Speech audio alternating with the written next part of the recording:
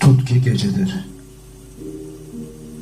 tut ki gecedir, karanlık sıvaşır ellerine camlardan.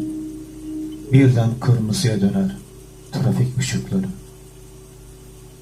Kükürtlü dumanlar yükselir, korkuya batmış cam kırı adamlardan. Tehlikeye büyür sakalları, tut ki gecedir, ihbarlar birer sansar, bir telefondan bir telefona atlar. Yeraltı örgütleri tetik üstünde. Adres değiştirmiş silah kaçakçıları, fahişeler birbirinden kuşkulanıyor.